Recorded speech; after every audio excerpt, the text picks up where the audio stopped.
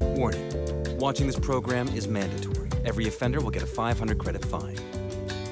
Rayman, were you surprised to be named Best Video Game of the Year? No. Does it bother you that critics call this game addictive? No. Can you tell us what that O stands for? Nope. Are you ready to explode on PC CD-ROM? Yeah! Welcome to Season 2 of VidAMs. Going forward, I'll be moving away from episode breakdowns and instead will veer more towards character histories and analyses.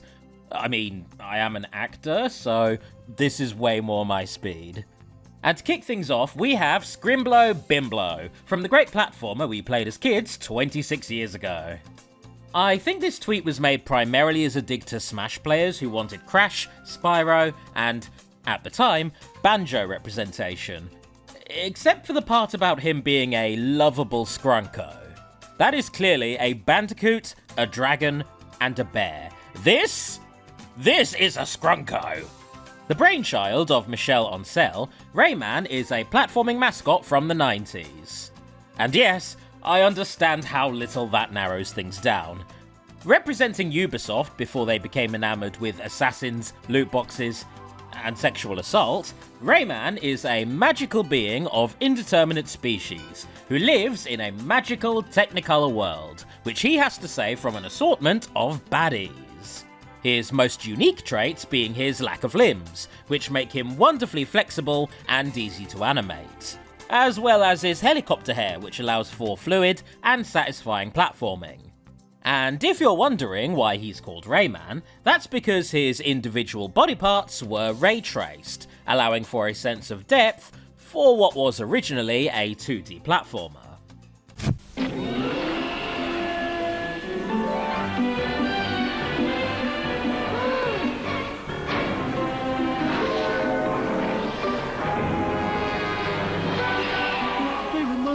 Someone, but I can't think who. Rayman 2 on PlayStation. After the success of Rayman 2, The Great Escape, his first foray into 3D, which had him escape from invading robot pirates, a French cartoon series was made, and it lasted for 26 episodes, being highly acclaimed all across the world. It's a made-up tale. It's a total fabrication. It never happened. It was cancelled after 4 episodes, and was only ever broadcast in France, Germany, and the Netherlands.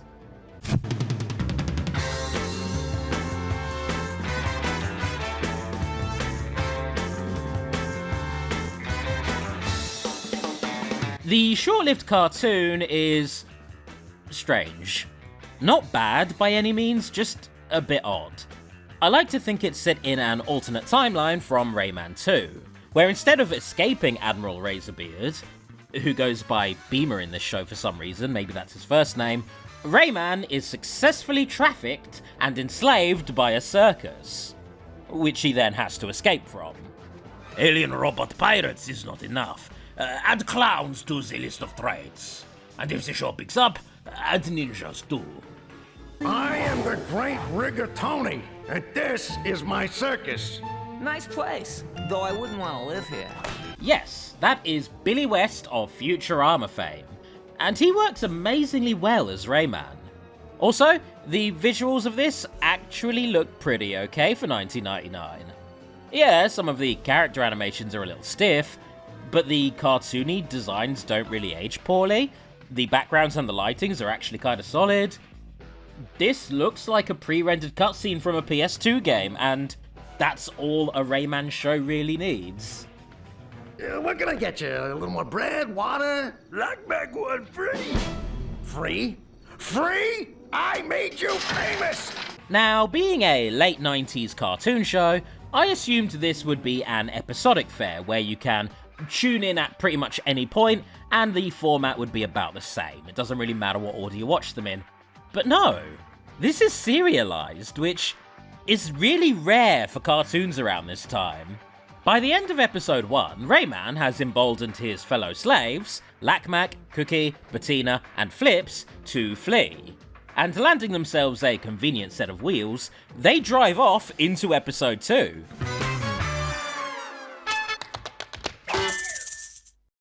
Comic Sans! Comic Sans! Comic Sans! I refuse to let this bit die! Attention Detective Grubb. Band band of criminals spotted in your vicinity. Rayman and friends now find themselves under pursuit from the local cops, spearheaded by Detective Grubb. And while they do evade capture, tensions are high. I'm gonna do what I should have done a long time ago. Write my last will and testament. When not actively sassing his oppressors, Rayman in this show is characterized as being laid back and understanding, in this case giving the understandably wound up Cookie some space. However, during their downtime, Flips the Fairy goes to sit in their car, which is not legally parked, and therefore gets towed away with her in it. Excuse me, officer. I'm new to your fair city, and I seem to have, lost. Well, actually, I think my car may have been, carried away. Might you be so kind as to tell me where I can retrieve it? Oh, Billy. Oh, it hurts. Not that I can talk. My American is significantly worse.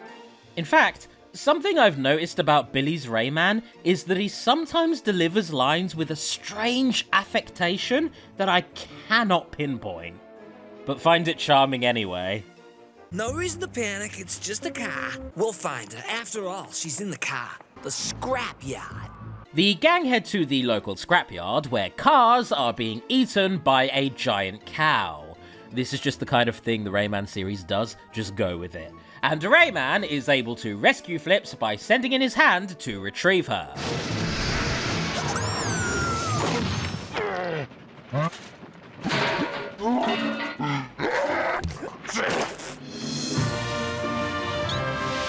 Hey, that's my car! Stop!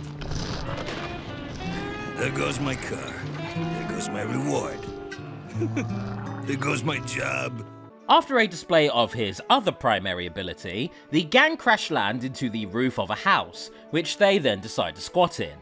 And in a genuinely funny, ironic twist, their downstairs neighbour just so happens to be... You'll never rest as long as Detective Grubb is on the case.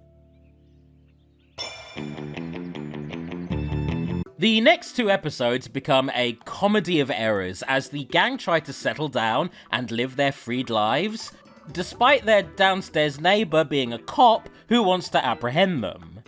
Episode 3 sees Cookie admitted to a hospital since he was concussed by the fall. Look straight ahead and read the chart. G-U-R-A-Q-T-I-N-V-U. Oh, I don't blame you. I am pretty good looking. Okay, that was a fucking great joke. I've not seen that anywhere. I'm starting to feel bad that we didn't get more of this show. Unfortunately, Cookie is so neurotic and prone to hypochondria that he ends up getting sectioned. I wonder if this 90s kids cartoon depicts a tasteful and sensitive depiction of the mentally ill. I just saw your friend. Yeah. He was here, and he said he never wanted to see you again. He was really mad. Okay, look, it's a wacky cartoon. I didn't come here for sensitive, grounded portrayals. Ligirophobia. The fear of loud noises. Oh, sorry to disturb you all.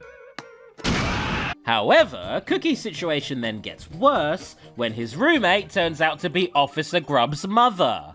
Because no matter what happens, they collectively cannot escape this guy. I mean, it's not like he could arrest Cookie anyway. The man's already incarcerated. I think I'm overthinking this. Cookie, look out! This must be my lucky day. Ouch! Where are your manners? You leave that nice young fellow alone. Despite being the antagonist, Grubb cannot catch a break, being thwarted this time by his own mother and the medical system.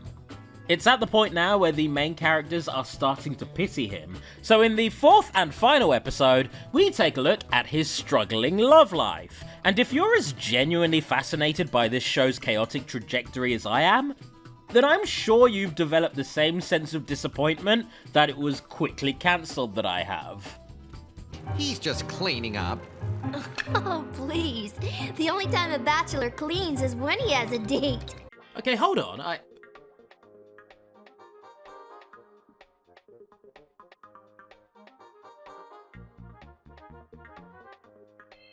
Well, I'll be damned. I'll take your umbrella.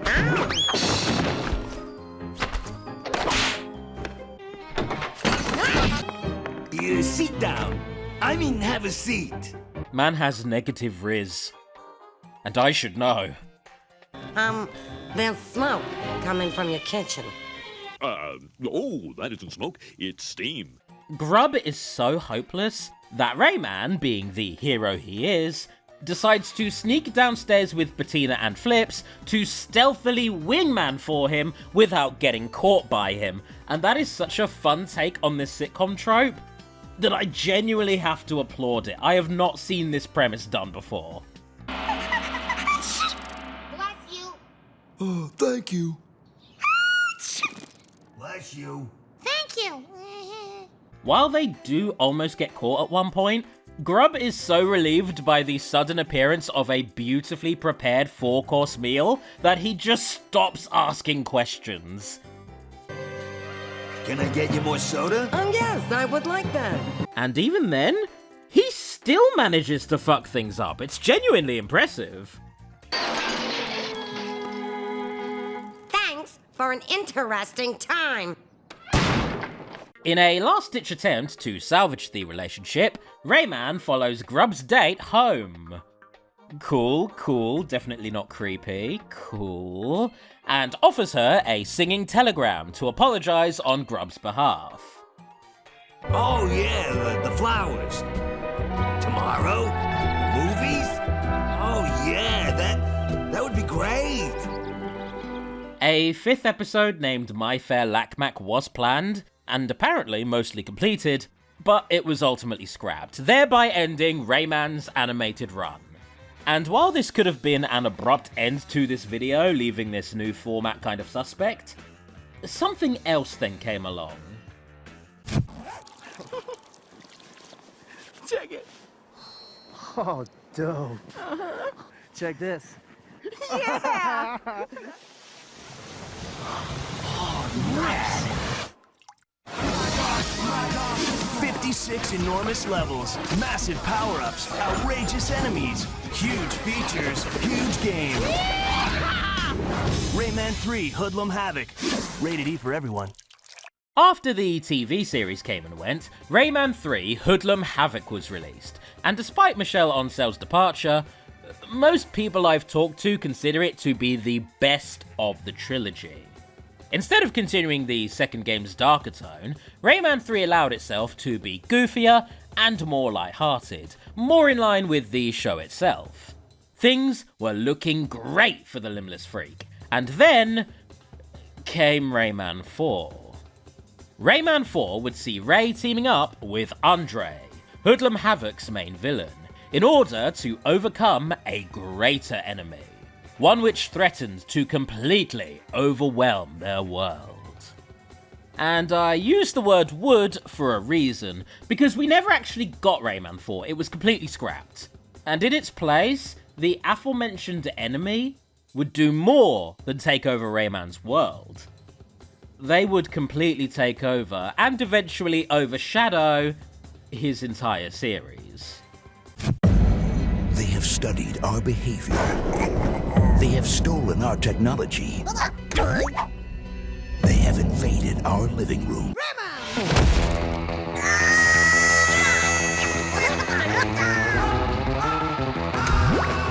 Rayman getting squashed by a couch is a very fitting visual metaphor, because while they didn't quite realize it at the time of this game's release, Ubisoft had just created the Minions. Before the Minions. And much like Gru, nobody gave a shit about Rayman anymore, eventually causing him to lose his top billing.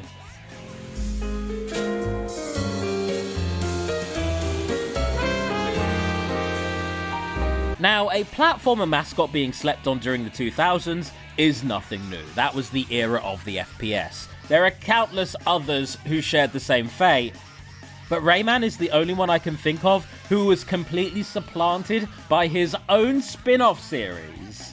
And that's before all the grizzled men in robes came along.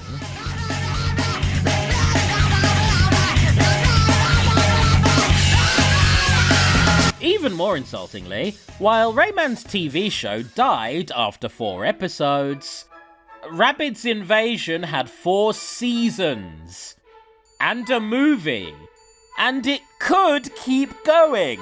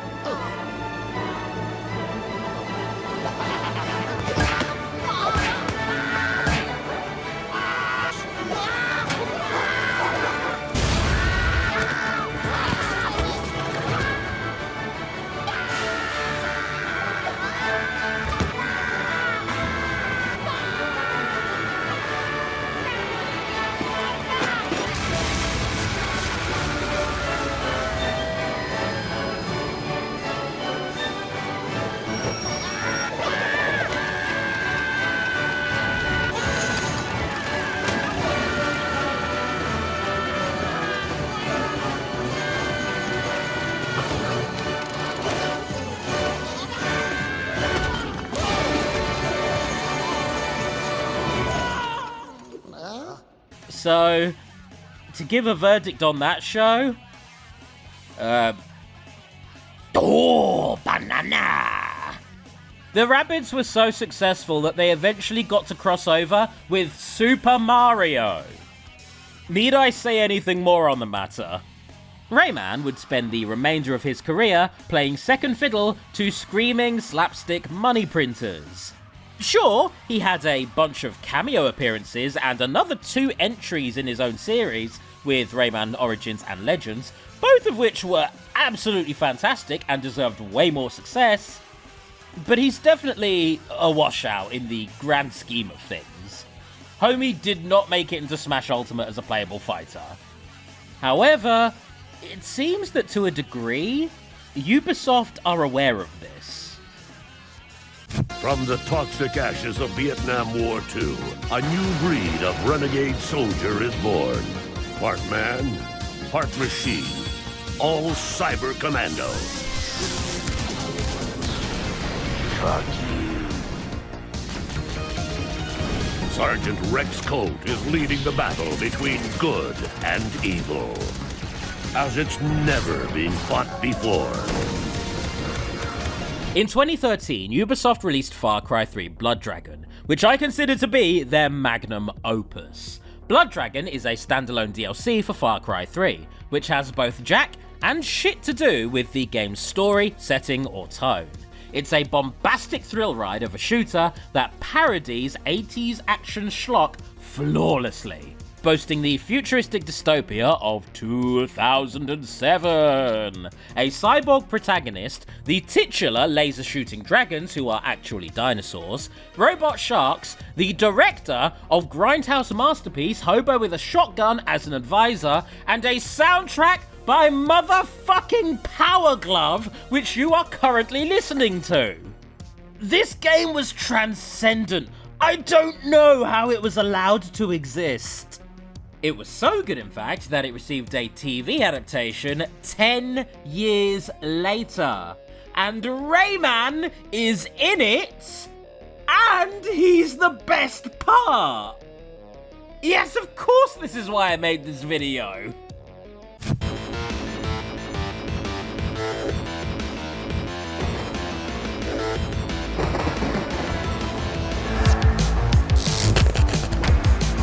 Showrunner Adi Shankar, who had a long history of creating unauthorized fan films with his company The Bootleg Universe, was not just going to adapt the game for Netflix. There's no need to, it's already perfect.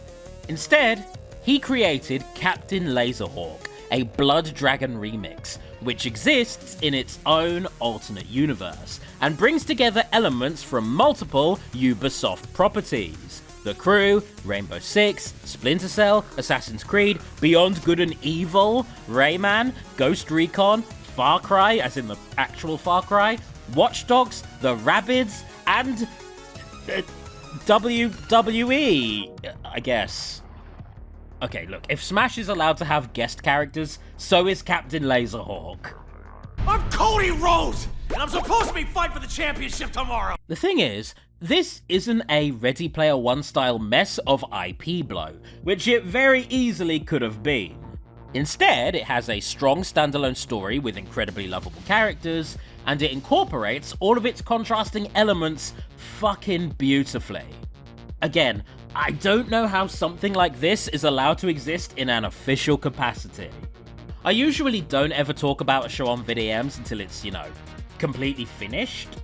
But after this phenomenal 6-episode season, I'm almost entirely certain that RAYMAN'S television future is in safe hands. Which is really ironic given what happens in the show. The Late Show with your host, Woo! Yeah! Woo! Okay, thank you so much! Starting with episode 1, we find ourselves in Eden, an alternate universe USA, which the show directly calls a fascist dystopian hellscape, and is named after the all-powerful company that now runs it. And what corporatocracy wouldn't be complete without a family-friendly mascot, i.e. Rayman. Carnage on the highway in the center of Megacity 2 this afternoon. Said carnage was the opening gambit for a massive heist, planned by Laserhawk and his boyfriend, Alex Taylor.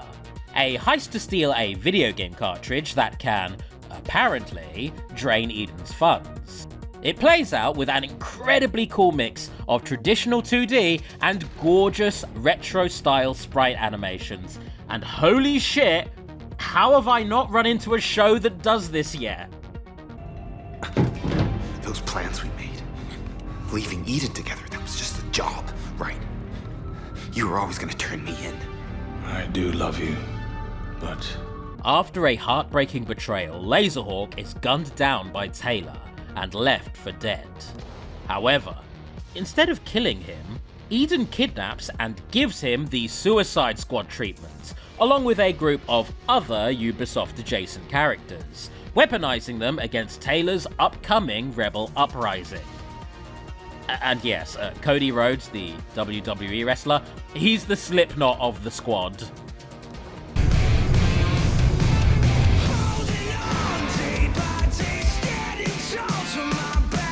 So that's the basic setup for the show. Going forward, let's just focus on the Rayman stuff, because oh my god, it's amazing. Again, nobody wants to see a monster on TV. Maybe because I'm different, I can make a difference. Watch the rise and struggles of Eden's most beloved icon. It becomes very evident that aliens, of which Rayman is one, are met with a degree of hostility. And the implications from that alone are fucking staggering.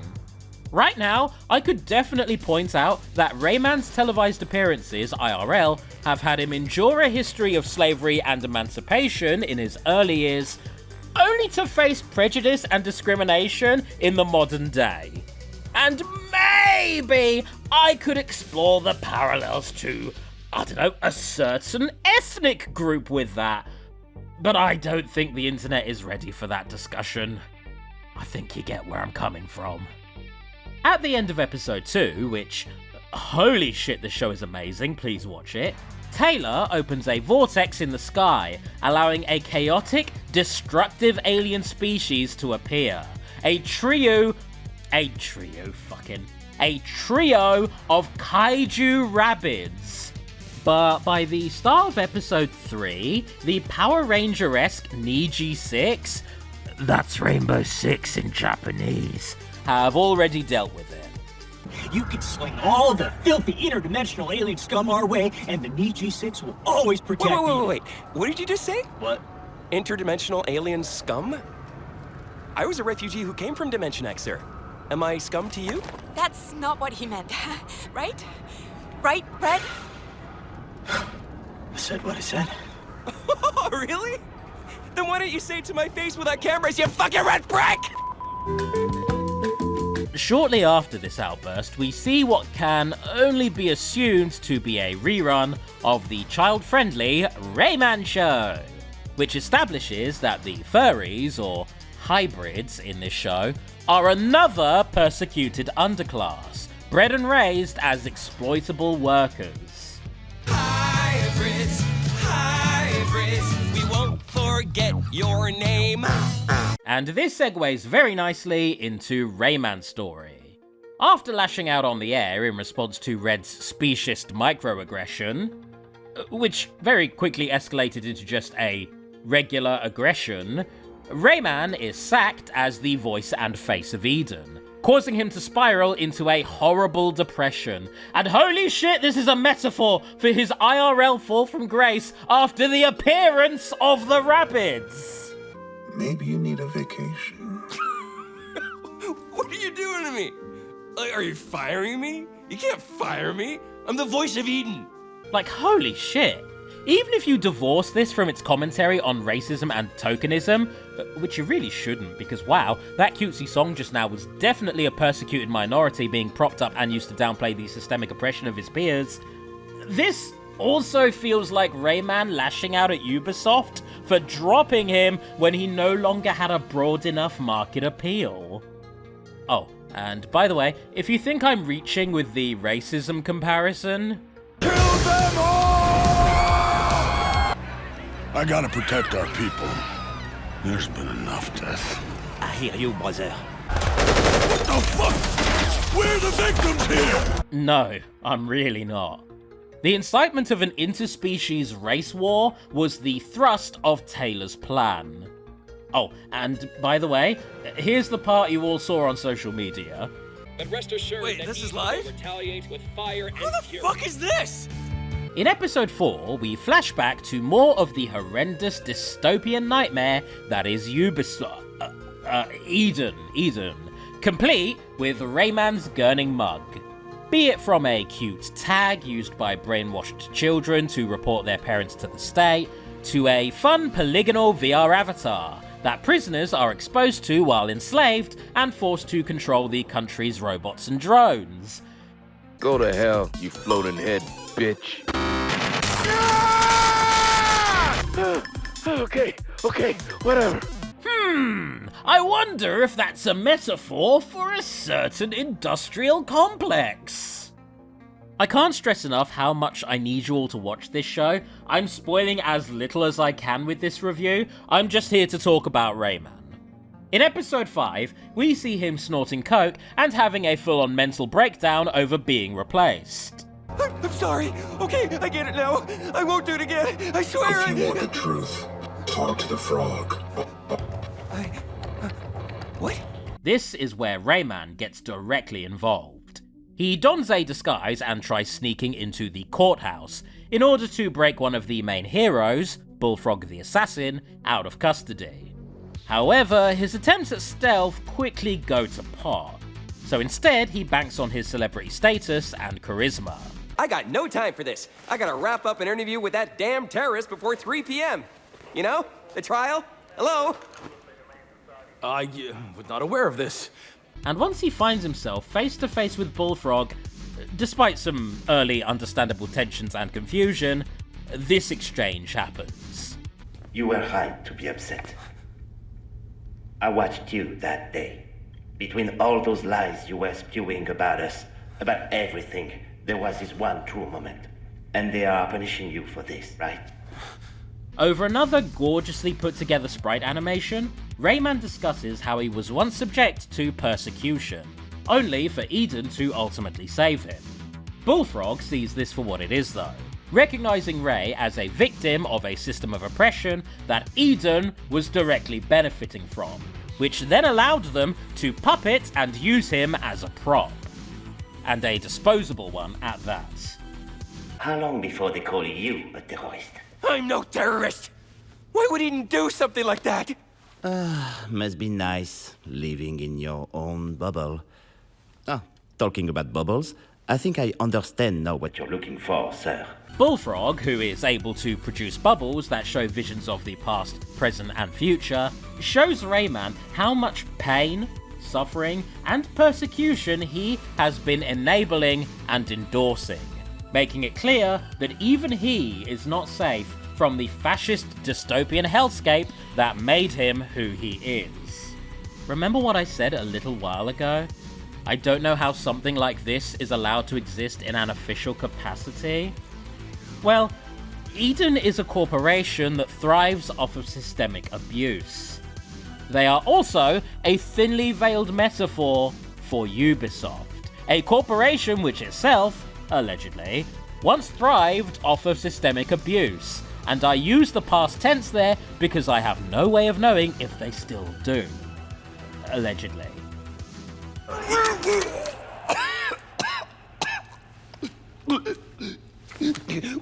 What have I done? I'm a monster! I am genuinely stunned.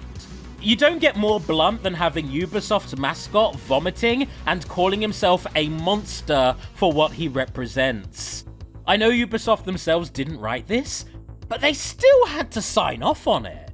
And yet, this plays out like a self-reflective treatise by Ubisoft, who despite keeping a squeaky clean public appearance for oh so many years, did in fact let themselves propagate years of harassment, physical violence, racism, sexism, homophobia, and, I'm not going to sugarcoat this to be cute, rape.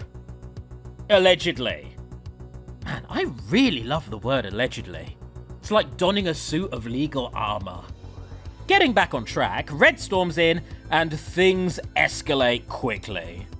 I've been looking everywhere for you. You filthy alien scum.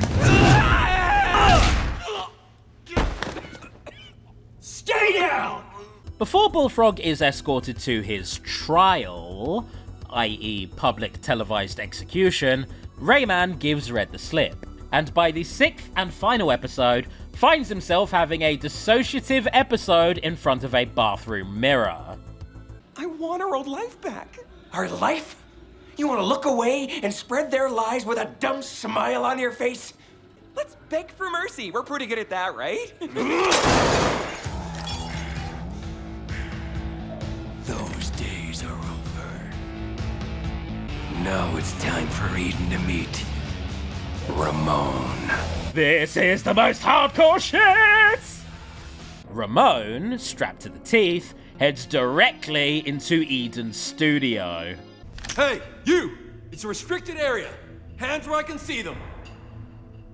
Slowly. Slowly. Where did you go? What? Earlier in this very video, he pulled that same trick to save a fairy from a giant car-eating alien cow. I just wanted to remind you of that because my neck still hurts from the tonal whiplash. Anyways, he then goes for a cordial chat with his former bosses. What's the matter with you? Nobody makes a fucking move. Shut the fuck down!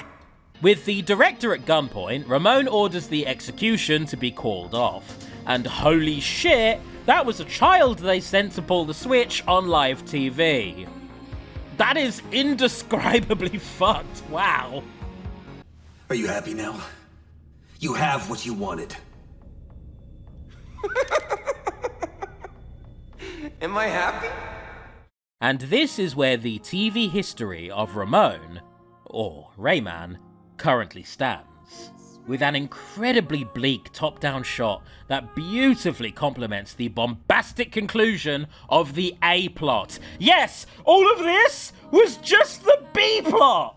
Go watch this fucking show! It's 6 episodes long, and today, so far, It is easily the best show I have ever reviewed for VidAMs. And for those of you curious, here are the rest so far. I've been David John Bors, and thank you for watching. On top of that, thanks to Anonymous, Dan Brown, Fitzwilliam Ramsbottom, Neve Calderwood, Pixel Pusher, Ravi Poodle, Shameboy, Thomas Walker, Toon Pirate, and my other patrons for supporting me. I've been focusing more on acting and VO recently, so, you know, I've actually been umming and ahhing about stopping this show, but I can't bring myself to end it, not yet. I'm too stubborn to give up now, so I don't ask for this too often, I try not to, but if you can like this video, share it around, leave a comment, and even better, subscribe, I would be over the moon. And if you really want to secure a future for these videos, then chipping some money to my Patreon would be an absolute lifesaver. Thanks a million, and good nights. Good morning, good day, whenever you are.